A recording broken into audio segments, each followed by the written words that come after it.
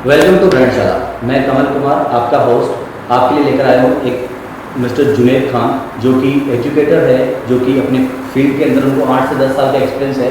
और आज हमें ये बताएंगे कि ग्रो कैसे कर सकते हैं लाइफ के अंदर, बच्चों को कैसे ग्रो कर सकते हैं, उनको 10th के बाद में क्या स्ट्रीम चूज़ करना चाहिए। ये खुद एक स्टूडेंट रहे हैं और अभी तक लर्नर हैं, और आगे इसे जानते हैं। जी Junaid. Thank you very much for welcome in Brandshala. Myself Mohammad Junaid, और स्टार्टिंग के हिसाब से मैं बताऊं तो 7-8 साल का मुझे अनुभव है एजुकेशन के फील्ड के अंदर में। वापस बोल रहा हूँ, ठीक है।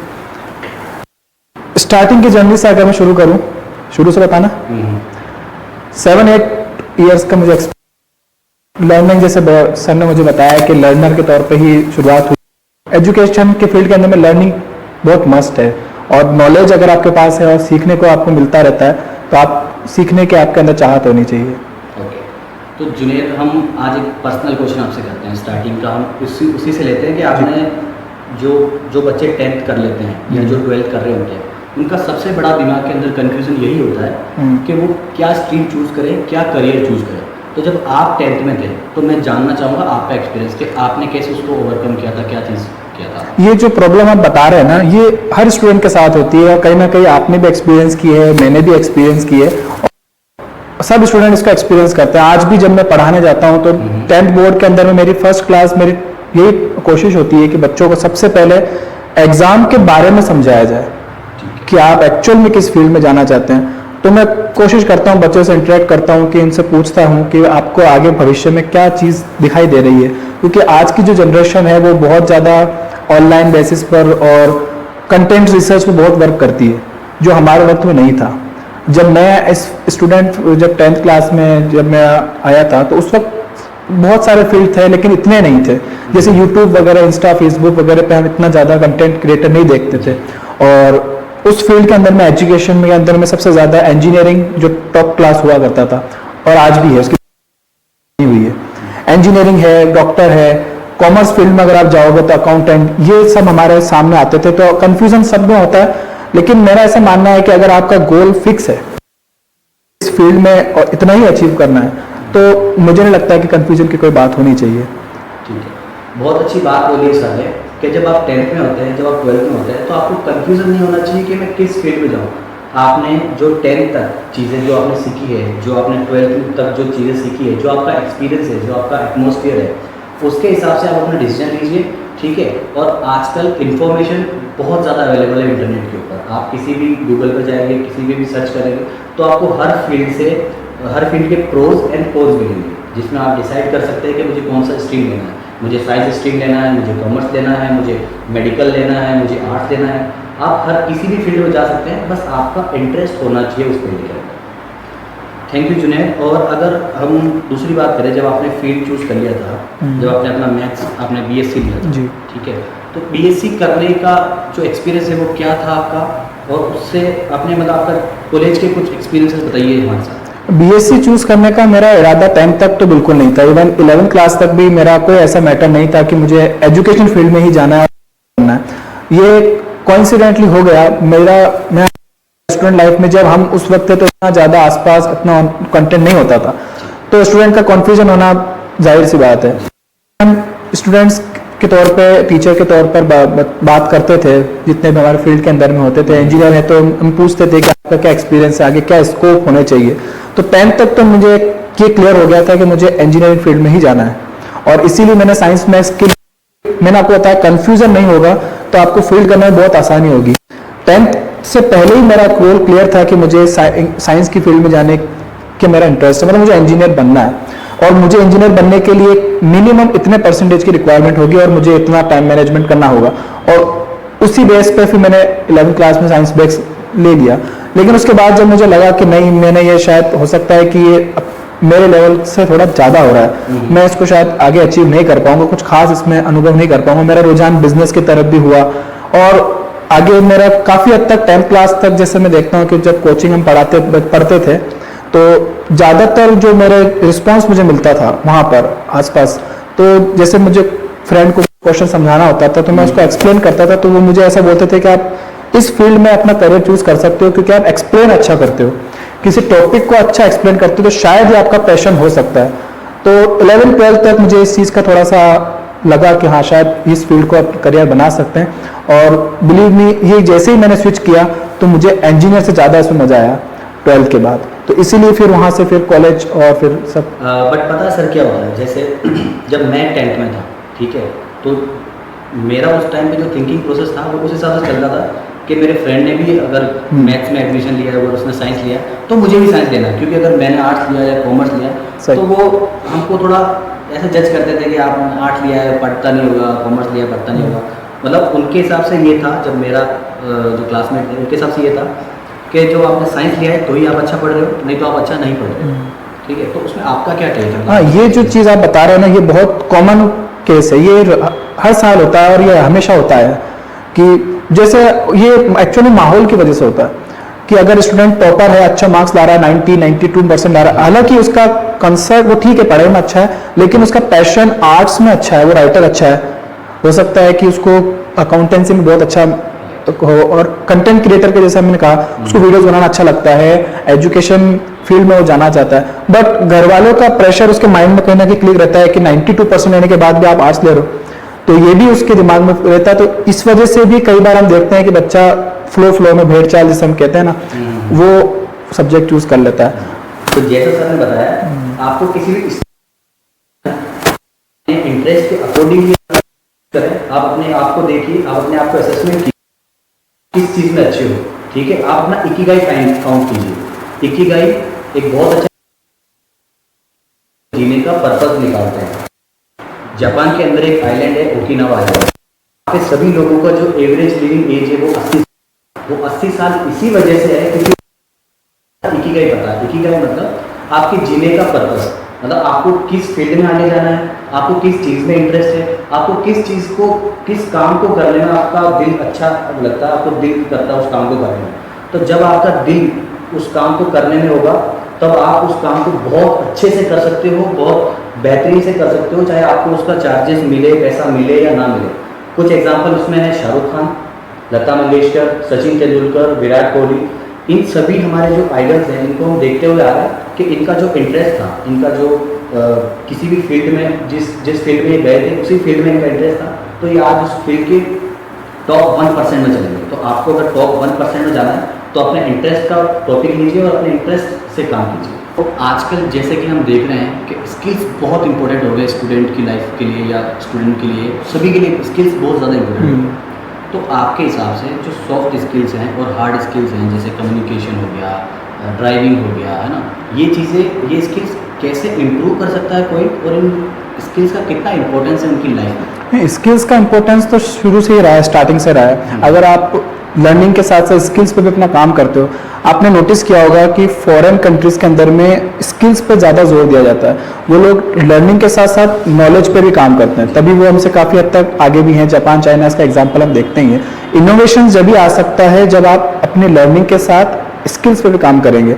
अब स्किल्स में हमारे इंडिया के अंदर में सबसे ज़्यादा डिमांड आपको पता है IT सेक्टर से आती है, इंजीनियरिंग से आती है, और हमारे यहाँ पर एक अच्छे ब्रेन्स मौजूद हैं, लेकिन उनको प्लेटफॉर्म की कमी की वजह से वो मिल नहीं पाते हैं। तो कई बार एजुकेशन के, हमारे यहाँ पर जो बेसिक जो मैं चीज़ एक्सपीरियंस कर रहा हूँ जिस फील्ड में मैं हूँ, हमारे यहाँ पर एजुकेशन में नॉलेज का इतना ज़्यादा रोल नहीं कर दिया गया। मतलब बस क्लास में आपको आना है, होमवर्क पूरा करना है और मार्क्स अच्छे लाने हैं, इस पर इतना ज़्यादा जोर दिया जाता है कि बच्चा सिर्फ ये सोचता है कि ये जो मैं पढ़ रहा हूँ ये मेरे लिए इनफ है, ये नॉलेज है। लेकिन इसका इफेक्ट उसको नज़र आता है जब वो 12th में या ग्रेजुएशन करने के बाद अपने आप को देखता है, तो वो देखता है कि यार मैंने क्या चीज़ करी, मैंने जब अपना वक्त था वो तो होमवर्क में ही पूरा कर दिया, एग्जाम के 90% मुझे अचीव करने हैं तो इसलिए मैंने रात भर, हाँ वो चीज़ ज़रूरी होना चाहिए, मार्क्स आने चाहिए आपके, बट लेकिन उसने नॉलेज तो वहाँ कुछ ली ही नहीं है। फिर वो क्या करता है, फिर वो इंजीनियर बनने के बाद वापस इंजीनियर के बारे में समझता है। ये हमने काफ़ी हद तक वेब सीरीज में भी चीज़ देखी है और एक्सपीरियंस भी की है। मेरे बहुत से फ्रेंड्स हैं वो बोलते हैं कि यार हमने 4 साल कैसे निकाल दिए कुछ पता नहीं चला, हम बंकिंग कर रहे थे, हम घूम रहे हैं, सब कुछ कर रहे हैं, एंजॉय कर रहे हैं, लेकिन जब एग्जाम आ रहा था हम एक रात पढ़ के पास भी हो रहे हैं। और इवन ये चीज़ मैंने भी एक्सपीरियंस की है मेरे आसपास, और हमने भी ऐसा किया है, लेकिन एक्चुअल जो चीज़ है ना वो हम गवा देते हैं। ये जो सीखने की जो 4 साल होते हैं ना, ये बहुत इंपॉर्टेंट ईयर्स होते हैं। अगर इसमें आपको, और ये मैं फिर आपको स्टार्टिंग से बताऊं, ये चीज़ वही से लिंक हो रही है कि बच्चे का गोल फिक्स नहीं है, वो ही बच्चा आपको डिस्ट्रैक्ट करेगा और गोल से, क्योंकि उसका गोल तो फिक्स था ही नहीं है। वो तो दोस्तों की वजह से इंजीनियर फील्ड में आया, तो वो उसको तो एंजॉय सब चीज़ चाहिए, उसको तो इंटरेस्ट आएगा ही नहीं, वो आ ही नहीं सकता। लेकिन जिसका बच्चे का गोल फिक्स होगा और जिसको पता होगा कि मुझे इस फील्ड में रहना है, तो स्किल्स तो उसके पास में होगी, तो वो अपने पास पे वर्क करेगा। बहुत अच्छी बात बोली आपने कि लोग जो स्टूडेंट होते हैं वो पढ़ने के लिए, समझने के लिए नहीं पढ़ते हैं इन चीज़ों को। हाँ, कॉलेज का जितना भी सिलेबस होता है उनको समझने के लिए नहीं पढ़ते नहीं पढ़ते हैं। वो लोग एग्ज़ाम लिखने के लिए पढ़ते हैं। सिर्फ वो पढ़ाई कर रहे होते हैं, एग्ज़ाम लिख रहे होते हैं, सिर्फ उनको एग्ज़ाम के लिए पढ़ना है। एग्जाम के लिए। बट मेरी रिकमेंडेशन यही रहेगी कि आप पढ़ने के लिए नहीं, सिर्फ उसको समझिए। जो भी आपको पढ़ाया जाता है उसको समझिए। जब आप उसको समझ लेंगे प्रॉपरली तो आपको ज़्यादा प्रोसेसिंग में अपना टाइम नहीं लगाना पड़ेगा, आपको बार बार से उस चीज़ को रिकॉर्ड नहीं करना पड़ेगा।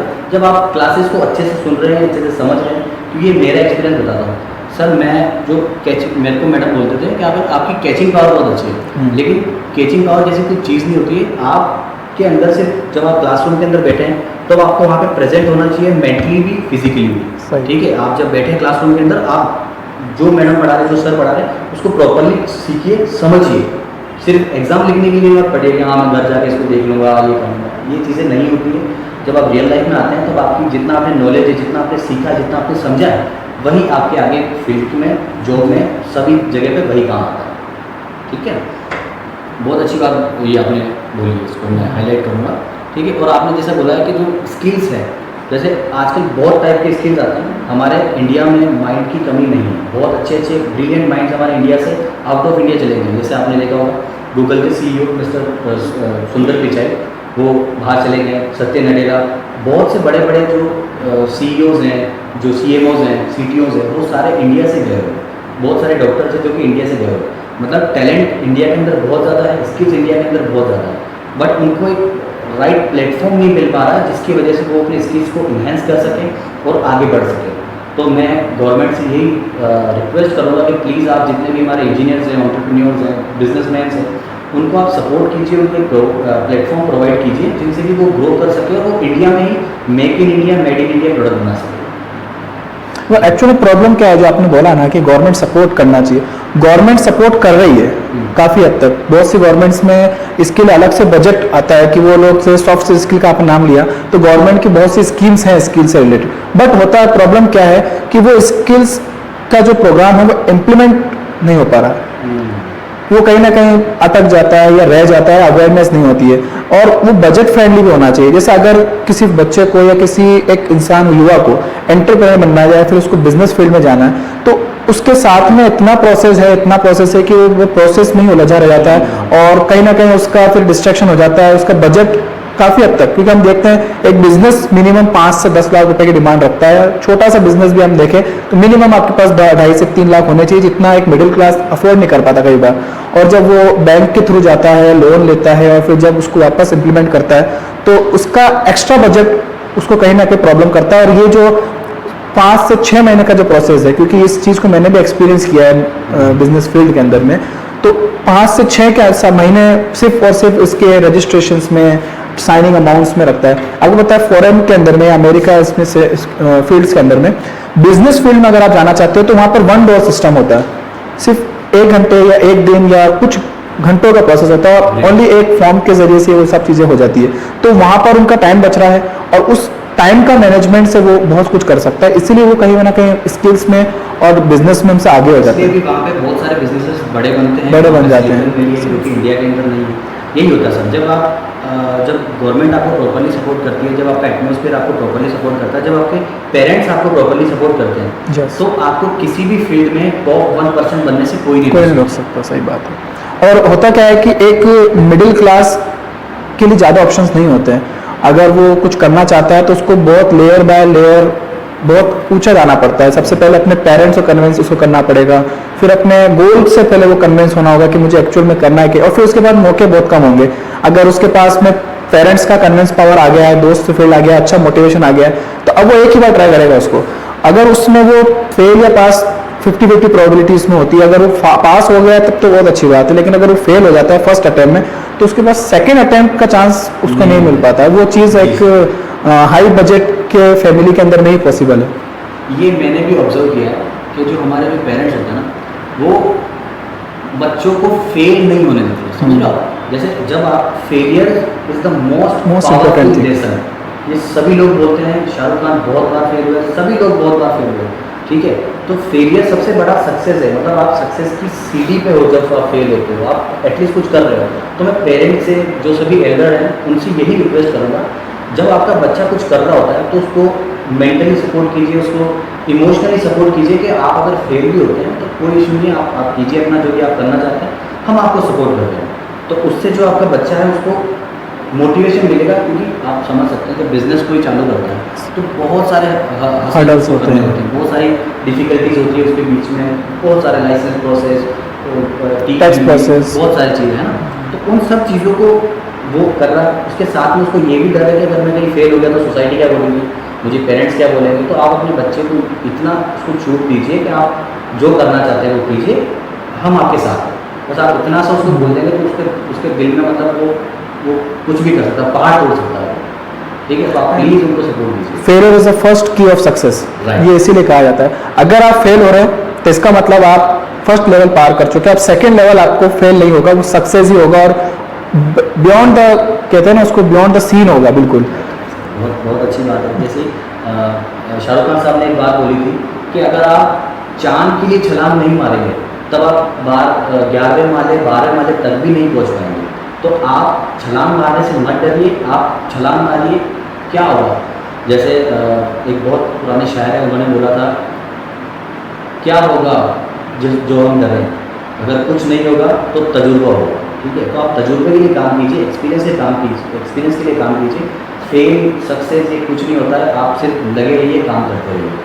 तो जुनेद जी, जैसे आपने मुझे बताया था कि आपने भी एक एंटरप्रेन्योरशिप का चालू किया था, आपने कोचिंग अपना स्टार्ट किया था ऑनलाइन ऑफलाइन, तो उसका एक्सपीरियंस बताइए कि उसमें आपको क्या क्या हसल्स हुए, क्या क्या आपको प्रॉब्लम्स आई, क्या क्या आपने कैसे उसका सोल्यूशंस निकाला। अचीवमेंट्स से ज़्यादा हर्डल्स की प्रॉब्लम मुझे आई थी। मुझे एक चीज़ याद आ रही है कि जब ग्रेजुएशन करके मैं सेकेंड ईयर से ही पढ़ाना स्टार्ट मैंने कर दिया था, आसपास के जो कॉलोनीज़ के जो स्टूडेंट्स होते हैं, और तो बाकी को काफ़ी हद तक मुझे इतना कॉन्फिडेंस आ गया कि हाँ मैं कर सकता हूँ, पढ़ाने में मुझे कोई दिक्कत नहीं है, कर पा रहा हूँ, बच्चा समझ भी रहा है और रिस्पॉन्स भी अच्छा पॉजिटिव आ रहा है। और इसी दौरान कोविड आ गया था, और कोविड के दौरान मुझे एक अपॉर्चुनिटी मिली थी, दिल्ली से एक कोचिंग सेंटर से मुझे कांटेक्ट किया था, मैंने उनसे कांटेक्ट किया था और उनका सपोर्ट रहा, और उन्होंने अचानक से एक दिन मुझे बोला कि ऑनलाइन के लिए एक डेमो क्लास है, और इंडिया की नहीं है, बाहर की है, अब्रॉड की है, लाइक इंडोनेशिया की थी वो। तो उन्होंने बोला आप कर लोगे क्या, आपका फर्स्ट एक्सपीरियंस है। तो ठीक है, मैंने बोल तो उनको यस तो बोल दिया, बट मेरे पास उस वक्त इतना इक्विपमेंट्स नहीं था, ना मुझे जूम प्लेटफॉर्म के बारे में इतना पता था, मोबाइल था ठीक है, लेकिन ट्राइपॉड वगैरह एट द पॉइंट मेरे पास मौजूद नहीं था। तो जैसे तैसे मैंने उसको, वो बोलता है ना, एक दीवार पे उसको करके और शिफ्ट किया, और प्रॉपर इंग्लिश में वो क्लास लेनी थी मैथमेटिक्स में। तो वो फर्स्ट अटेम्प्ट में मैंने बस वो फ्लो में हो गया, 20 मिनट की क्लास थी, वो आधे घंटे की क्लास हो गई, और फर्स्ट में ही वो चीज़ क्लियर हो गई। उसके बाद से मुझे हैंड टू हैंड उन्होंने, तो एक वीक के अंदर में मेरे पास में 3 ऐसे बैचेस तैयार हो गए थे, एक इंडोनेशिया और 2 सिंगापुर से, जो मेरे पूरे एक ईयर का, मतलब ये मेरे लिए बहुत बड़ा बेंचमार्क था। ये मतलब मैंने कभी सोचा ही नहीं था इस लेवल पर आकर के अब्रॉड के स्टूडेंट को पढ़ाना, ये तो मैंने कभी नहीं सोचा था। तो ये होता है ना सर, आपको डरना नहीं चाहिए किसी भी चीज़ से। Yes। आप फेस कीजिए, आप उस Yes। चीज़ को ओवरकम कर सकते हैं, कोई भी चीज़ आपके लिए बड़ी नहीं, ठीक है। तो आप किसी भी चीज़ में जा सकते हैं, कुछ भी कर सकते हैं, यू कैन डू एवरीथिंग। जैसे वो बात है ना, हर बीज में पेड़ बनने की क्षमता है, सही। लेकिन आप बाहरी एटमॉस्फेयर को, पानी नहीं मिला, ये नहीं मिला, किसी से भी आप उसको विद्रोह मत होने दीजिए, आप सिर्फ अपना काम कीजिए और काम करते रहिए। सबसे ज़्यादा आपको जब आपकी लर्निंग प्रोसेस होगा ना, उसी के अंदर आपको सारी क्लासेस बनते जाएंगे। हार्ड वर्क बहुत ज़रूरी है और कंसिस्टेंसी बहुत ज़रूरी है। शाहरुख खान की जैसे हमने बात की थी, शाहरुख खान साहब से एक बार इंटरव्यू में पूछा गया था कि हार्ड वर्क तो आप भी करते हैं, मैं भी करता हूँ, मैंने भी हार्ड वर्क किया, लेकिन ऐसा क्या किया कि अचीवमेंट्स इतनी आपको मिली और हमको नहीं मिली। तो उन्होंने एक बात बोली थी, बहुत अच्छी बात बोली थी, और हम सबको, मैं भी इस चीज़ के बारे में ट्राई करता हूँ हार्ड वर्क के अंदर में। उन्होंने एक चीज़ बोली थी कि हार्ड वर्क सब करते हैं, लेकिन कब करते हैं कि जब उनको चीज़ मिल नहीं रही है, और जब मिल जाती है तो फिर वो उसको इतना नहीं देखते हैं। अब हार्ड वर्क कब करना चाहिए, मेहनत कब करनी चाहिए, जब आप उस चीज़ को अचीव कर चुके हैं, इतना अच्छा आपको करना है, और फिर भूख प्यास। उन्होंने एक चीज़ और बोली थी कि खाना पीना सब चीज़ें भूल जाए, छोड़ दीजिए, बिल्कुल छोड़ दीजिए। और जब तक आप उस चीज़ को जो अचीव करना चाहते हो नहीं करते हो, ये चीज़ें आपके लिए डिस्ट्रैक्शन में नहीं आनी चाहिए। बहुत बड़ा इंस्पिरेशन है शाहरुख खान। जैसे मैं बात करूँ तो उनकी प्रॉपरली बुक होनी चाहिए जिस जो उनके सारे जो चैप्टर्स हैं वो सभी चैप्टर जो जो उन्होंने बोले होते हैं वो सारे एक मोटिवेशनल। तो जिस प्रकार से हार्डवर्क और कंसिस्टेंसी ज़रूरी है, डिसिप्लिन ज़रूरी है, जैसे अभी आपने देखा होगा कि हम स्टूडेंट थे तो टाइम टेबल तो हम बना लेते हैं प्रॉपर, लेकिन उसको कंटिन्यू रखना एक बहुत बड़ी प्रॉब्लम होती है। यानी वो मुश्किल से 4 दिन, 5 दिन और 10 दिन, उसके अलावा फिर वो आगे नहीं जाता था। तो ये सब कंसिस्टेंसी तो है ही। टाइम मैनेजमेंट का ही मैं उदाहरण के लिए देखूं तो स्टूडेंट्स अगर मेरे से कई बार इस तरह से पूछते हैं, या ज़्यादातर ये क्वेश्चन उन्हीं बच्चों को होता है जो पढ़ना चाहते हैं या कुछ करना चाहते हैं लेकिन टाइम मैनेज नहीं कर पा रहे। एग्जाम्पल कि वो बच्चे आज तो 4 घंटे पढ़ लिए लेकिन कल 2 घंटे उनके पास रह पाए। कंसिस्टेंसी जब भी आएगी जब प्रॉपर टाइम मैनेजमेंट होगा, और उसको आप थोप नहीं सकते। इसको आप इस जो आप हमने बात की ना कि 4 दिन 5 दिन तक, इसके पीछे रीज़न है। अगर आप माइंड को एक डाइवर्ट कर दोगे कि मुझे सिर्फ 2 बजे उठ करके पढ़ना है, तो फिर वो चीज़ में ह्यूमैनिटी से ज़्यादा वो रोबोट लगता है कि 2 बजते मुझे पढ़ना है, 3 बजे तक पढ़ना है, 4 बजे मुझे रेस्ट करना है। तो फिर वहाँ आप उस चीज़ को इसीलिए कंटिन्यू नहीं कर पा रहे क्योंकि आपको वो इंटरेस्ट से हट गया है। तो मैं बच्चों से ये बोलता हूँ कि आप उसको इंटरेस्ट से मत हटाओ। आपका जो माइंड प्रॉपर वे में कब काम अच्छे से करता है, वो कब पढ़ना अच्छा लगता है, उन टाइम को आप सेलेक्ट कर लीजिए। जैसे आप कोचिंग को हटा दीजिए, स्कूल का टाइमिंग को हटा दीजिए, अपने खेलने का टाइम भी हटा दीजिए। अब आपके पास में जो टाइम बच रहा है ना, उस टाइम को आप 45 मिनट्स के ब्रेक को कंटिन्यू करिए। जैसे मान लीजिए सुबह मुझे जल्दी उठने की आदत है तो 6 बजे अगर मैं उठ रहा हूँ तो मैं आधे घंटे का मैं पढ़ाई कर सकता हूँ। तो आधे घंटे में ऐसा सब्जेक्ट ले लीजिए जो आधे घंटे में ही इनफ हो। उसमें हार्ड सब्जेक्ट हम लेंगे तो वो कवर ही नहीं हो पाएगा। जो अच्छा वक्त है, जैसे मुझे मैथ्स पढ़ना पर्सनली बताऊं तो रात में अच्छा लगता है। तो रात में मुझे चाहे वो 10 बजे हो या 11 बजे हो, मैं कोई दिक्कत नहीं, आई एम कंफर्टेबल। और मैथ्स ऐसा सब्जेक्ट है जो आपको नींद भी नहीं लाने देता है। तो रात को आप उसको अच्छे से कवर अप कर पाते हो क्योंकि शांत मन से आपको बार बार डिस्ट्रैक्शन नहीं होता, फोकस रहता है। और साइंस और एसएसटी वगैरह जो है वो शाम में या सुबह वाले टाइम में बहुत अच्छे माइंडसेट से हो सकते हैं। तो मैं बच्चों को वही टाइम सेट करने की कोशिश करता हूँ कि आप बस, कोई भी स्टूडेंट 5 से 6 घंटे अगर पढ़ता है तो वो एक साथ कभी नहीं पढ़ सकता। टॉपर भी 1 घंटे लगातार नहीं पढ़ सकता। 30 मिनट 40 मिनट के बाद 5 मिनट का गैप लेना ज़रूरी होता है। तो इस प्रकार से टाइम मैनेजमेंट कर सकते हैं और इस चीज़ को करने से उसका नेचुरल जो है वो भी चीज़ नहीं डिस्टर्ब होगी और उसको मज़ा भी आएगा। लाइक वो मोबाइल भी चला रहा है, स्पोर्ट्स भी खेल रहा है, स्कूल भी जा रहा है, दोस्तों के साथ एंजॉय भी कर रहा है और जब टाइम आ रहा है तो वो पढ़ भी रहा है।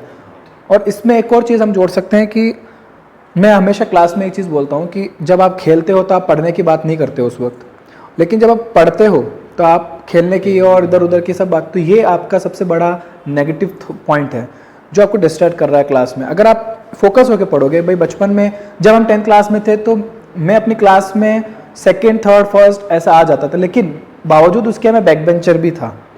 मतलब हमारी पूरी प्रॉपर गैंग होती थी 10 से 12 स्टूडेंट्स की प्रॉपर, तो हम सब कुछ कर रहे हैं लेकिन बावजूद उसके नंबर मेरे या 2-4 स्टूडेंट्स हमारे पास के उन्हीं के अच्छा आ रहे। तो रीज़न ये होता था, टीचर भी इस चीज़ को बोलते थे कि यार ये बदमाशी भी करता है तो क्लास के बाहर भी नहीं कर सकते, और क्लास में रहेगा तो ये डिस्टर्ब भी करता है लेकिन पढ़ लेता है। रीज़न यही था मेरा जो स्टार्टिंग से माइंडसेट रहा, और मैं बोलता भी था कि आप क्लास में हो तो आप पढ़ो, लेकिन अगर आप क्लास में के अलावा अगर कुछ काम करो तो आप फिर उसको पोटेंशियल के साथ करो तो आप हर चीज़ में कर पाओगे। Be at the right time, मतलब होता है ना, आप मेंटली भी आपको प्रेजेंट होना प्रेजेंट रहना चाहिए, बिल्कुल जैसे सही। हम खेलने, आपने सही बात बोली। हाँ। जब हमें सुबह 4 बजे उठ के पढ़ना होता है तब हम नहीं पढ़ पाते। नहीं पढ़ पाते। लेकिन अगर हमें बोल दिया जाए कि कल सुबह 4 बजे उठना है, आपका पिकनिक है, सही, तो आप 3:30 बजे उठ वो जाओ। सोएंगे ही नहीं बहुत से। वो सोएंगे नहीं बहुत सारे लोग, इसमें सोचते रहेंगे मुझे 4 बजे जाना। तो वही वाला चीज़ होती है, आपको मेंटली फोकस होना चीज़ के जरूरी है। ऊपर और इंटरेस्ट जगाना है। आप ये चीज़ करनी है तो मुझे वो करनी है। और ये आपका करियर चूज़ करने के लिए भी एक अच्छा ऑप्शन हो सकता है कि अगर आपको पता चल जाएगा कि इंटरेस्ट कहाँ है, यानी आपको लग रहा है कि यार 4 बजे उठ के मुझे पढ़ना है, इसका मतलब आपका पढ़ने में इंटरेस्ट कम है, लेकिन खेलने के नाम पर या कुछ और चीज़ के नाम पर आपको मज़ा आ रहा है उस चीज़ में, या किसी भी चीज़ में हो सकता है, तो वो आपका करियर पाथ होने के चांसेस है कि भाई आपको इवेंट ऑर्गेनाइज करने में मज़ा आता है या आपको कुछ क्रिएटिव करने में मज़ा आता है, तो फिर उस चीज़ के लिए आपको टाइम देना चाहिए। तो ये भी एक करियर के लिए अच्छा एक ऑप्शन हो सकता है आपके लिए। और जुनेद जी, आप एक चीज़ और बताइए मुझे, जैसे स्पोर्ट्स कल्चर या स्पोर्ट्स एक स्टूडेंट की लाइफ में कितना इम्पोर्टेंस रखता है, कितना इम्पोर्टेंट रोल प्ले करता है उसके आगे फ्यूचर में। क्योंकि मैं ये ऑब्जर्व कर रहा हूँ, जैसे मैं जब मैं क्रिकेट खेलते थे, हम बहुत सारे स्पोर्ट्स हम खेलते थे, उसका मेरी लाइफ में ये इम्प्रूवमेंट हुआ है कि हम जब कोई भी प्रॉब्लम में होते हैं तो हमें पता लगता है कि ये सिर्फ एक गेम है, ठीक है, हमें उसको ओवरकम करके हमें काम करते रहना, खेलते रहना स्पोर्ट्स में। तो उस पर थोड़ा बताइएगा। नहीं, मेंटल हेल्थ के लिए तो मेंटल हेल्थ तो चाहिए, लेकिन साथ साथ फिजिकल हेल्थ के लिए आपको बाहर फील्ड में आने ही चाहिए, और सबसे अच्छी चीज़ उसके लिए स्पोर्ट्स ही हो सकती है। लाइक आपने बताया ना क्रिकेट खेलना, तो क्रिकेट हम खेलते थे तो उसमें जो मैथमेटिक्स मेरी जो इम्प्रूवमेंट हुई ना, वो काफ़ी हद तक जो इम्प्रूवमेंट वो क्रिकेट की वजह से हुई है, क्योंकि उसमें स्कोर याद रखना पड़ता है अच्छा। और उसकी कैलकुलेशंस करनी होती है, कई बार थोड़ी थोड़ी कैलकुलेशंस और प्लस माइनस, तो उससे कैलकुलेशन थोड़ी बहुत फास्ट हुई मेरी, तो मुझे कहीं ना कहीं उसका भी रोल लगता है। प्लस स्ट्रेटेजिक जो वहाँ पर बनती है उस वक्त कि लाइक 10 बॉलों में इतने मार्क, इतने नंबर उनको बनाने हैं, इतने रन बनाने हैं, या इस स्ट्राइक रेट से बनाने हैं, एवरेज, हाँ ड्रीम सेटअप मिलता सही है, है। Management skills. और ज़्यादातर मैं अपनी टीम में अगर कैप्टन हूँ इन केस, तो उस केस में मुझे टीम को मैनेज करने में भी, तो वो मैनेजमेंट स्ट्रेटजी भी आती है कि किस बॉलर को कब देना है बॉल और कितना एवरेज सेट करके देना है। तो एवरेज निकालना आएगा, तो एवरेज निकालना तो हमने बुक्स में सीखा है, रटा है उसको, लेकिन एक्चुअल जो यूज़ हो रहा है वो क्रिकेट फील्ड में हो रहा है, फुटबॉल में हो रहा है। लेकिन दुख की बात है कि ज़्यादातर अब जो हम देख पा रहे हैं वो ज़्यादातर क्रिकेट अब सिर्फ 2 फोन्स में आ गया है, तो वो चीज़ बच्चे एक्सपीरियंस नहीं कर रहे हैं उस चीज़ को। बट सर, आप जैसे बताया ना कि आप कैप्टन थे, सारे हाँ। आपकी सुनते थे, तो आपकी सुनते थे? सुनते ही थे, क्योंकि छोटे थे तो सुनेंगे ही। अच्छा, आप सुनते थे। बाकी बाकी दोस्तों में ये होता है कि एक को अगर कैप्टन बना दिया है तो वो कैप्टन की नहीं सुनते, बाकी वो जिसके पास बैट ज़्यादातर मेरे जिसका पास बैट होगा या है, बॉल होगी तो उसकी सुननी ही पड़ेगी। ये सारे सभी जगह में यही होता है भाई, ये यूनिवर्सल है, ठीक है, इसमें कोई ऐसा नहीं है, जिसका बैट है उसी की बैटिंग आएगी और किसी की ऑप्शन ही नहीं है। option नहीं। ठीक है, तो अब थोड़ा फ्यूचर पे चलते हैं, ठीक है।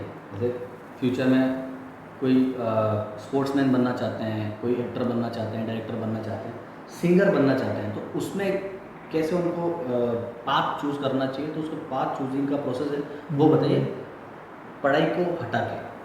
पढ़ाई नहीं, पाथ तो बच्चे को पता चल जाता है कि मुझे सिंगर बनना है, और वो किसी ना किसी एक सिंगर को इंस्पिरेशन तौर पर देख भी लेता है। ये तो उसका एक अच्छी चीज़ है कि थॉट प्राइमरी लेवल पर, अच्छे लेवल पे। लेकिन प्रॉब्लम क्या, जब होती है जब उस बच्चे को उसको एक्सपीरियंस करना होता है, लाइक स्ट्रगल। जैसे एक किसी सिंगर ने एक बिल्कुल छोटे लेवल पे स्टार्ट होके वो मुंबई गया, ऑडिशंस गया, फेल हुआ, और उसके बाद 3-4 साल 5 साल बाद उसको अच्छा ब्रेक मिला और वो फेमस हो गया, और उसके बाद तो फिर वो कड़ी से कड़ी जुड़ जाती है। जब स्टूडेंट लाइफ में हम ये देखते हैं कि यार मुझे ये चीज़ करनी है, तो वो समझ गया है और वो कैसे भी करके मुंबई आ जाता है। लेकिन वो जब स्ट्रगल फेस करता है ना, तो इसमें हम देखते हैं आधे से ज़्यादा बच्चे तो वो स्ट्रगल फेस में ही फेलियर हो जाते हैं, और फिर वो लोग उसको गिव अप कर देते हैं। अगर आपको अचीव करना है तो फिर आप उसको लगे रहना पड़ेगा, पहली चीज़। और हम देख पा रहे हैं कि पढ़ाई के अलावा, पढ़ाई पर जितना माँ बाप, जितना पेरेंट्स जितना फोकस कर रहे हैं ना, वो स्पोर्ट्स और इन फील्ड में बिल्कुल भी, उनको लगता है कि ये सिर्फ टाइम पास है और ये एक पैशन के लिए अच्छा है, इससे आप कमा के नहीं खा सकते। लेकिन विराट कोहली इसका एक्सेप्शन है, सचिन तेंदुलकर एक्सेप्शन है, और बहुत सारे एग्जाम्पल्स आ गए। और क्रिकेट अगर एक फ्लो में आ गया तो फिर हमारी प्रॉब्लम इंडियंस की होती है कि हम सिर्फ क्रिकेट को ही बहुत कुछ बना लेते हैं, हम दूसरे फील्ड को छोड़ देते हैं। लाइक नीरज चोपड़ा, उन्होंने ओलंपिक्स में जेवलिन थ्रो के अंदर में काम किया, तो ये भी एक फील्ड हुआ। जब वो वायरल हुए तो लोगों को इसके बारे में अवेयरनेस आई, अब वो सबको जेवलिन थ्रो भी करना है। फिर इसी प्रकार से कुछ समय पहले सानिया मिर्जा टेनिस में फेमस हुई, तो गर्ल्स के अंदर में ये थोड़ा अवेयरनेस हो गई। लेकिन अवेयरनेस होना अच्छी बात है, बच्चों को समझ में आ जाता है, लेकिन उसको प्लेटफॉर्म नहीं मिल रहा है। इंडिया के अंदर में स्पेशली प्रॉब्लम है।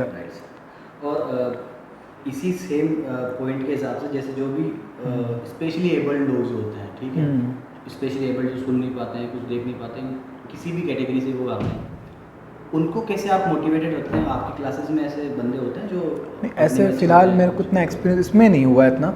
अगर वो इस प्रकार से आते हैं तो कई बार उनको ऐसा ऑकवर्ड भी लगता है कि शायद वो उनसे कम्पीट नहीं कर पाए। लेकिन सबसे पहले चीज़ है कि उनको फील बेटर किया जाए, उनको बेटर फील किया जाए। उनको ऐसा नहीं लगना चाहिए कि हम उनसे अलग हैं। कई बार मोटिवेशन से उनका कॉन्फिडेंस लेवल बहुत अच्छा हो जाता है, जिसका बहुत ज़्यादा फ़ायदा उनको अपनी स्टडीज़ में और बहुत सारी फील्ड चीज़ में देखिए कि ये मेरी कमज़ोरी है। उसको अगर आप ताकत के तौर पे यूज़ करोगे ना, तो वो बहुत सी चीज़ें हो सकती है। जैसे कि अगर आप किसी फील्ड में एक्सपर्ट हैं तो आपका ब्रेन आपसे कहीं नहीं गया। अगर आप यहाँ से हार गए, अपने आप से हार गए, तो आप स्पेशली एबल्ड में ही आ गए हो आप। चाहे आपके पास सब कुछ है सब, लेकिन अगर आप यहाँ से हार गए ना, तो आप स्पेशली एबल्ड हो। तो मेरी नज़र में तो वही स्पेशली एबल्ड है। फिजिकली तो सब, स्पेशली एबल्ड तो उसको भी कहना चाहिए जो ज़्यादा मोटा है, फिर जो वो दौड़ ही नहीं पा रहा, स्पोर्ट्स कैसे खेलेगा, तो ये भी उस फील्ड में तो वो स्पेशल वही होगा ना। लेकिन इसको सुधारा जा सकता है। तो मैं मेंटल हेल्थ पे ही बोलूँगा कि ये सिर्फ हमारे साइकोलॉजी है, मेंटल है। अगर आप कुछ टैलेंटेड हो और कुछ है तो ये सब कुछ मैटर है। कुछ अचीव करना चाहते हो तो आपको ये चीज़ें मैटर नहीं करती है। एक्सेप्शनल है, मतलब इसकी कोई ज़रूरत नहीं होती आपको। आपके माइंड में माइंडसेट आपका उस हिसाब से वर्क करना चाहिए कि मुझे ये चीज़ करनी है और वो आपको हो जाएगी। इसमें कोई इशू नहीं। ऐसे हमारे बहुत सारे हैं। हाँ, ठीक है, अभी रिसेंट एग्जांपल लेता हूँ। मेरा एक स्टूडेंट है, थोड़ा वो स्पेशल एबल्ड है, लेकिन उसका ब्रेन बहुत शार्प है। और वो क्लास के अंदर में अभी नीट उसने एग्ज़ाम दिया था, नीट, और उसने उसको क्रैक किया है, अच्छे मार्क्स से क्रैक किया है। तो ऐसे भी बहुत से एग्जांपल्स आते हैं हमारे पास। बहुत सारे एग्जांपल्स हैं, बहुत सारे। देश ग्रो कर रहा है सर, बहुत लोगों की मेंटेलिटी चेंज हो रही है, बहुत अच्छे इंप्रूवमेंट हो रहे हैं सभी के मन में। अलग जो चीज़ें हैं जैसे स्पोर्ट्स है, अलग कंटेंट क्रिएटर्स हैं, बिजनेसमैन हैं, वो बहुत इन सोशल मीडिया के ज़रिए इन चीज़ों में जा रहे हैं। जैसे जो पहले बहुत सिर्फ पढ़ाई करते थे सभी लोग, अभी दूसरी चीज़ों में भी जा रहे हैं। तो ग्रो कर रहा है देश, हम साथ हैं ग्रो करने के, और आप सभी ग्रो करते रहिए। और जुनेद जी आप हमारे साथ रहे। तो जुनेद आप बताइए, आपको हमारे साथ पॉडकास्ट शूट करके बात करके कैसा लगा? नहीं, it's a very amazing wonderful experience for me, और ये मेरे लिए पहला पॉडकास्ट है, और इसके लिए आपको बहुत बहुत शुक्रिया। Thank you sir. और इस लेवल का एक्सपीरियंस भले मुझे नहीं हुआ है, लेकिन हाँ ठीक है, 10 साल ऑलमोस्ट एक्सपीरियंस हो गया, और ये चीज़ बहुत ये होना चाहिए। हमारे जो यूथ है उसके अंदर में पॉडकास्ट वगैरह ये बहुत अच्छा ट्रेंड, और लोग उसको सुन रहे हैं, तो ये बहुत अच्छी पहल आपने की है, और इसके लिए बहुत बहुत थैंक यू आपका।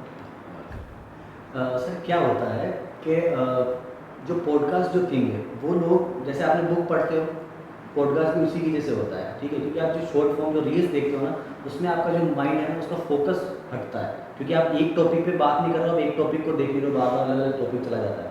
तो पॉडकास्ट जो चीज़ होती है, जैसे एक ही टॉपिक पे वो लॉन्ग फॉर्म में आपसे बात करेगा, तो आपका जो फोकस है वो एक ही टॉपिक पे रहेगा, एक ही जगह रहेगा, तो उससे आपका फोकस बढ़ता है, और आपकी जो क्रिएटिविटी है वो ज़्यादा बढ़ती है। तो हमारे साथ बने रहने के लिए धन्यवाद। मैं कमल कुमार ब्रांडशाला से। Like share and subscribe, channel को लाइक से, चैनल पे नए हो तो हाँ थीम बन जाते हैं, मतलब वो प्रॉपर्ली जो जो चीज़ें बनी होती हैं। ठीक है, तो हमें बहुत उनको एडमायर करना चाहिए, फॉलो करना चाहिए, क्योंकि उनकी सारी चीज़ें जो होती है हमारे लिए बहुत ज़्यादा लर्निंग होती है। क्योंकि बहुत हम्बल बैकग्राउंड से आने के बाद वो एक उस मुकाम पे पहुंच गए, क्योंकि आज पूरा देश, बाहर से भी लोग, जो आउट ऑफ इंडिया से भी लोग हैं, वो उनको जानते हैं कि हाँ शाहरुख खान कौन है, बॉलीवुड मतलब शाहरुख खान। ठीक है, तो हमें भी उनकी तरह मेहनत करनी चाहिए, टॉप 1% में आने के लिए जितना हम कर सकते हैं, जितना हम अपना बेस्ट कर सकते हैं, वो हमें करना चाहिए। जैसे हम एक आप उस पर अपना व्यू बताइए कि जो गवर्नमेंट स्कूल्स हैं और जो प्राइवेट स्कूल्स हैं, उनको कैसे स्टैंडर्डाइज कर सकते हैं, कैसे उनको मेंटेन कर सकते हैं, एक ऐसा सिस्टम ला सकते हैं ताकि जो गवर्नमेंट स्कूल्स के जो बच्चे हैं उनको भी अच्छी क्वालिटी एजुकेशन मिल सके, और वो भी इम्प्रूव कर सकें, मतलब अच्छी क्वालिटी से वो बंदे बाहर जा सकें। गवर्नमेंट स्कूल्स के अंदर में हमारे पास में टीचर्स तो बहुत अच्छे हैं, अच्छे लेवल के हैं, क्योंकि वो ऑफ कोर्स बहुत अच्छे लेवल पे पढ़ाई करके वहाँ पर पहुँचते हैं, बहुत मेहनत करते हैं। बट प्रॉब्लम क्या है कि गवर्नमेंट की जो मेंटेलिटी होती है, कई बार बच्चे उस चीज़ को इतना ज़्यादा लाइट नहीं लेते, उतना ज़्यादा सीरियसनेस नहीं लेते हैं। जैसे एजुकेशन लेवल में भी देखा जाए तो गवर्नमेंट भी इतना ज़्यादा ओवरलोड कर देती है कि कभी इलेक्शन ड्यूटीज़ में, कभी किस चीज़ की ड्यूटीज़ में, तो वो बहुत ज़्यादा डिस्ट्रैक्ट हो जाते हैं, और वो जिस चीज़ के लिए वो लोग होना चाहिए, मतलब फ्री माइंड से अगर वो पढ़ाएं, ये चीज़ प्राइवेट में नहीं होती है। प्राइवेट में आपको सिर्फ पढ़ाना है, और सिर्फ पढ़ाना है, और बच्चे के ओवरऑल डेवलपमेंट पे ही वर्क करना है। बट प्रॉब्लम ये है कि प्राइवेट स्कूल्स, ज़्यादातर जो प्राइवेट स्कूल जो संचालक जिसे हम कहते हैं ना, वो कोऑपरेटिव्स हैं, लाइक उनका साइड बिजनेस है, या प्रॉपर वो बिजनेस के लिए हैं, तो उनको तो सिर्फ पैसा ही चाहिए उस चीज़ से, या कहीं ना कहीं मेंटेलिटी उनकी ऐसी हो जाती है, हालांकि वो सब नहीं है। तो वहाँ पर फीस वगैरह का, जैसे आपने बताया, फीस ज़्यादा आ जाती है, तो वो ऑफ कोर्स है। बट वो लोगों की प्रॉब्लम ये है कि उनके पास टीचर्स तो होते हैं, लेकिन जिस क्वालिटी के टीचर्स गवर्नमेंट में हैं, वो क्वालिटी कहीं ना कहीं प्राइवेट में नहीं होती है। तो और उनका पेमेंट स्केल भी इतना ज़्यादा नहीं होता है, लेकिन वो मेहनत करते हैं, स्ट्रगल करते हैं प्राइवेट स्कूल के जो। तो इसलिए हम देखते हैं कि उनकी स्किल्स ही है, ये टैलेंट ही है कि कम पेमेंट है, स्ट्रगल ज़्यादा है उसके बावजूद, और फिर प्राइवेट स्कूल का जो वर्कलोड होता है वो भी एक कोऑपरेटिव बैलेंस में होता है, उनको रिजल्ट हर हालत में चाहिए होता है, इनसिक्योरिटीज़ रहती है, एक्सेट्रा एक्सेट्रा, बट फिर भी वो रिजल्ट निकाल के दे रहे हैं ना। तो इसका मतलब कि संसाधन आपके पास भले सीमित हो, लेकिन अगर आप किसी चीज़ पर इनफ काम करते हो या उस पर फोकस करके काम करते हो तो रिजल्ट दिखता है। अगर गवर्नमेंट इस चीज़ पे थोड़ा सा वर्क करे, यानी टीचर्स को फ्री हैंड दे और उनका रिजल्ट पे फोकस करा जाए और कुछ एनवायरनमेंट को भी सुधारा जाए और उसकी जो प्रायोरिटी के साथ किया, जैसे दिल्ली की हमने बात करें तो दिल्ली के अंदर में इसमें बहुत अच्छा काम हुआ और उन्होंने बाकायदा टीचर्स को ट्रेन किया है, फोकस किया है, उनको अच्छा पे स्केल के साथ साथ उनको एजुकेट भी किया है। प्रॉब्लम ये भी हमारे स्कूल्स, गवर्नमेंट स्कूल्स के साथ कि पे स्केल बहुत अच्छा हो जाता है तो कई बार वो टीचर खुद ही सोचता है कि 1 तारीख होते पैसा आ जाएगा, तो लेकिन थोड़ा थोड़ा इसमें सुधार आना स्टार्ट हुआ है, रिजल्ट ओरिएंटेड होने लगी है अब गवर्नमेंट, लेकिन वही चीज़ हो गई वापस से कि मार्क्स ओरिएंटेड सिस्टम बनता जा रहा है एजुकेशन। इसमें सर मैं बोलूँगा इस टॉपिक पे कि जो मैनेजमेंट का भी रोल इसमें बहुत ज़्यादा बढ़ा है। जैसे हाँ। आपके पास टैलेंट बहुत ज़्यादा है, स्कूल आप टीचर बहुत अच्छे हैं, आप सारी चीज़ें आपको आती है, सब चीज़ें आती है, लेकिन जो आपका मैनेजमेंट है ना, आप मैनेजमेंट ने आपको किस काम के लिए फोकस्ड होके काम करने के लिए बोला। जैसे जो प्राइवेट, जैसे आपने बात करी, प्राइवेट स्कूल्स को जो टीचर्स हैं उनको पर्टिकुलरली यही बोला जाता है कि आपको सिर्फ बच्चों को पढ़ाना है, उसकी ओवरऑल ग्रोथ पे काम करना है। लेकिन जो गवर्नमेंट का है, जैसे आपने बताया उसको इलेक्शन में ड्यूटी लगाते हैं, कभी कोई और डिपार्टमेंट ड्यूटी लगाते हैं, कभी किसी भी चीज़ में उनकी ड्यूटी लगा देते हैं, तो उनका जो फोकस पढ़ाई की तरफ होता है वो कम हो जाता है। ठीक है, जो वैसे सर जो 80-20 प्रिंसिपल है, आपका जो 20% एफर्ट्स हैं वो आपके 80% रिजल्ट को इफेक्ट करते हैं। ठीक है, तो वही सेम चीज़ें हैं। तो आप भी जब किसी भी स्कूल को चूज़ कर रहे हैं या कुछ भी कर रहे हैं तो आपसे रिक्वेस्ट है, प्लीज़ आप बच्चों की शिक्षा पे भी ध्यान दीजिए, बच्चों को एजुकेट करने में भी ध्यान दीजिए और बाकी सारी चीज़ें भी चलती रहेगी, तो आप प्लीज़ उसको भी थोड़ा इम्प्रूव कीजिए, तो आपका जो गवर्नमेंट और प्राइवेट का जो ये कॉन्सेप्ट है ये सारा खत्म हो जाएगा। ठीक है, क्योंकि जैसा हमने देखा बहुत से ऐसे कलेक्टर्स हैं, बहुत से ऐसे IAS IPS गवर्नमेंट स्कूल्स हैं जो कि गवर्नमेंट स्कूल्स हैं।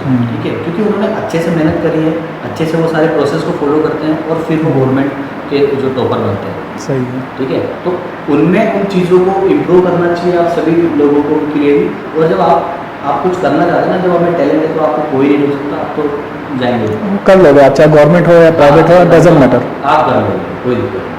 ठीक है, तो उसी पे उसी चीज़ पे और आगे बढ़ते हैं। इम्प्रूवमेंट क्या क्या कर सकते हैं गवर्नमेंट कॉलेज को, क्या गवर्नमेंट स्कूल्स को, क्या क्या गवर्नमेंट स्कूल्स को सबसे पहले अपना जो एनवायरनमेंट है उसको सुधारना चाहिए। लाइक उनके जो कमरे हैं उसमें लाइटिंग्स नहीं होती प्रॉपर कई बार, और वो लोग अपग्रेड नहीं है। लाइक अभी भी वो व्हाइट चौक ब्लैक बोर्ड पे चल रहे हैं, अब मार्कर्स अब तो हम देखते हैं कि बिल्कुल स्मार्ट बोर्ड्स अब तो सिस्टम आ गया, काफ़ी स्कूल्स ने इसको अडॉप्ट किया, लेकिन अभी तक इतना नहीं, सभी नहीं कर पा रहे। ये चीज़ होनी चाहिए।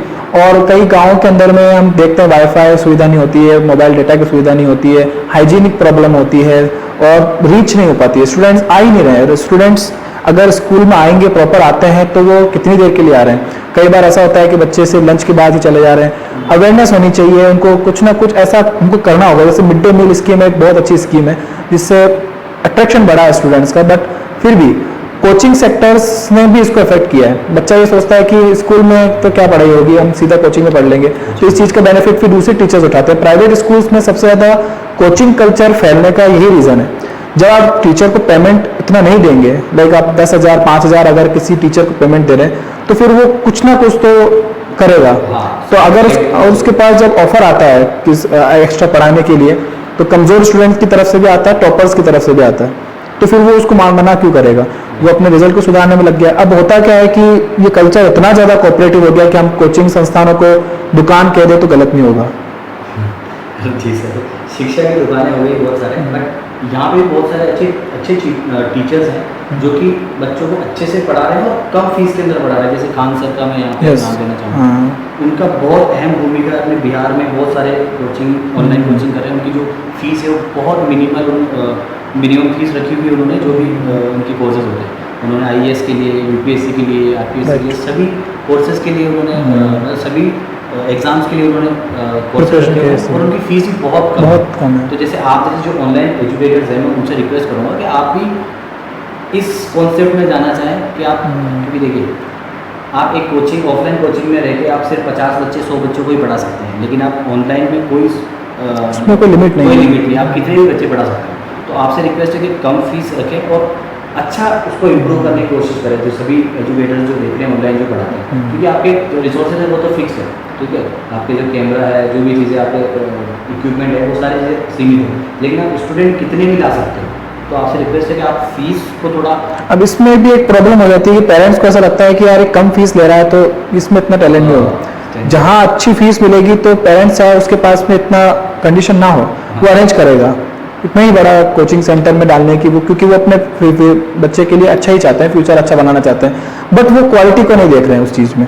तो यहाँ पर ये टीचर्स का भी रोल होना चाहिए कि यार कम से कम इस चीज़ पर फोकस हो, या स्टूडेंट को लगना चाहिए अगर कहीं एक टीचर कोई वायरल हो जाता है तो फिर वो उसी चीज़ में, हाँ यही होता है सर। तो ऑनलाइन में ये भी एक जो आप सबसे बड़ा इशू है आप फेस करते हैं इस चीज़ को। और कहीं ना कहीं कोऑपरेटिव्स जैसे हम देखते हैं, अलग पांडे की शुरुआत भी ऐसी हुई है, उन्होंने इसी चीज़ को देखा समझा, ऑफलाइन में भी उन्होंने वर्क किया है, काफ़ी एक्सपीरियंस किया है, उसके बाद उनको लगा कि नहीं मुझे इस चीज़ को नहीं करना है, तो ऑनलाइन में फिर उन्होंने अपने अकॉर्डिंग, क्योंकि वो उस चीज़ को समझते हैं, तो उनके कोर्सेज भी आप देखिए ज़्यादा महंगे नहीं होते हैं। आप फीस लेंगे, फीस के बगैर तो फिर चीज़ होगी नहीं, फीस तो होती है लेकिन इतनी नहीं होनी चाहिए कि उसके रेंज से बाहर चली जाए। सही बात है। चैनल यहाँ तक आने के लिए धन्यवाद। मेरे लिए बोल दो लाइक क्या आपकी चैनल है? हाँ ना, नाम क्या? Study with Junaid. Study with Junaid. और जुनैद सर का भी यूट्यूब पे चैनल है स्टडी विद जुनैद, आपको लिंक यहाँ पे डिस्क्रिप्शन में मिल जाएगा, आप उसको जाके फॉलो कीजिए। सर बहुत अच्छे क्लासेस लेते हैं और इनके बहुत अच्छे शॉर्ट्स वीडियोस और लॉन्ग फॉर्म वीडियोस भी हैं, जो कि आपको वहाँ से बहुत अच्छी लर्निंग अपॉर्चुनिटी दे सकते हैं। हमारे चैनल पर बने रहने के लिए धन्यवाद। लाइक कीजिए, कमेंट कीजिए, शेयर कीजिए। आप प्लीज़ सर आप भी थोड़ा सा बिल्कुल, ब्रांड शाला को कमेंट लाइक शेयर, ब्रांड शाला को लाइक कीजिए, शेयर कीजिए, कमेंट कीजिए और ऑफ कोर्स इनकी वीडियोस पर भर भर के प्यार दीजिए। थैंक यू जी। तो आप कमेंट करके हमको बता सकते हैं कि जो जुनैद जी के साथ हमारा जो ये पॉडकास्ट है आपको कैसा लगा है। आपके कुछ सजेशन है, हमने बीच में ही बहुत सारे क्वेश्चंस पूछे हैं, तो आप as a educator, as a viewer आप हमारे को रेकमेंड कर सकते हैं, सजेशन दे सकते हैं कि हमें क्या क्या और सजेस्ट करने चाहिए ताकि एक स्टूडेंट को हेल्प हो सके और हमें भी as a content creator as a हमें हेल्प हो सके कि हम क्या इम्प्रूव कर सकते हैं हमारे इस जो भी सेटअप है उसके अंदर। ब्रांड शाला एक बिज़नेस कंसल्टिंग फर्म है जो कि आपको एज ए ह्यूमन बीइंग, आपको एज ए एंटरप्रेन्योर, आपको एज ए बिजनेसमैन, आपको एज ए बिजनेस हेल्प करती है ग्रो करने के अंदर, आपको अपनी लाइफ में और आपके बिजनेस में। सो जुड़े रहिए ब्रांड शाला के साथ इंस्टाग्राम पे भी, ताकि हम आपको हेल्प कर सकें।